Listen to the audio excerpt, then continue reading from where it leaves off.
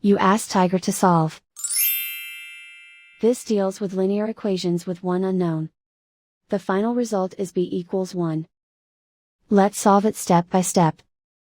Group all b terms on the left side of the equation. Subtract 8b from both sides. Group like terms. Simplify the arithmetic. Group like terms. Simplify the arithmetic. Group all constants on the right side of the equation. Subtract 7 from both sides. Simplify the arithmetic.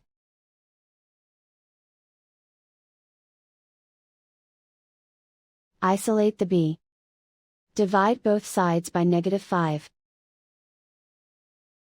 Cancel out the negatives. Simplify the fraction. Cancel out the negatives. Simplify the fraction. And so the final result is b equals 1.